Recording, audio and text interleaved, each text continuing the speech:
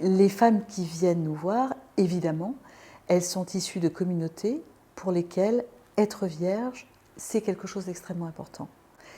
Malheureusement, au XXIe siècle, alors que les femmes s'émancipent quand même de plus en plus, qu'elles font des études, qu'elles ont accès à d'autres cultures, d'autres univers, la pression de la communauté est encore très forte. Ces femmes sont pour la plupart issues de communautés originaires du Maghreb, parfois d'Afrique subsaharienne, mais ça peut être aussi, j'ai eu aussi des patientes d'Arabie Saoudite, d'Iran, d'Afghanistan, du Pakistan, d'Inde. Certaines de mes patientes viennent de milieux où elles n'ont pas le droit de choisir, ni si elles vont faire l'amour, ni avec qui, ni si elles doivent se marier ou pas, ou faire des enfants ou pas. La société choisit pour elles, leur famille choisit pour elles, leur communauté choisit pour elles.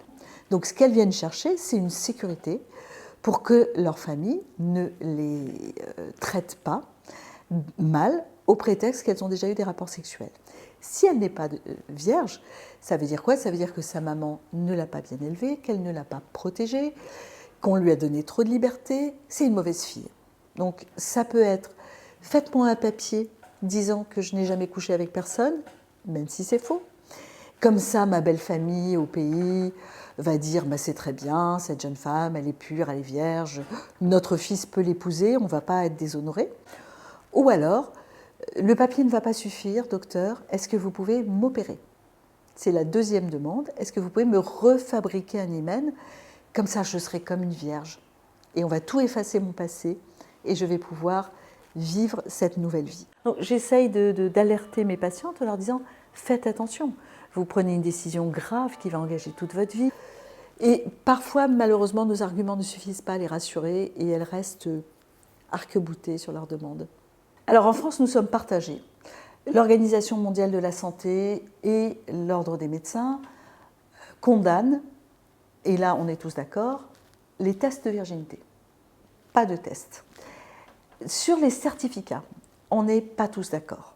Les jeunes filles, il faut leur donner le pouvoir.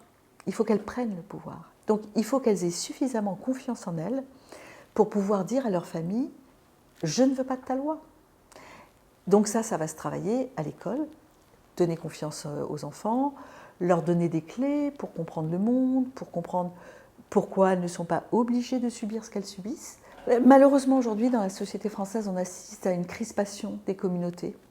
Et donc, elles ont plutôt tendance à se refermer sur elles-mêmes et peut-être à promouvoir des valeurs qui, pour une société occidentale, ne sont plus des valeurs.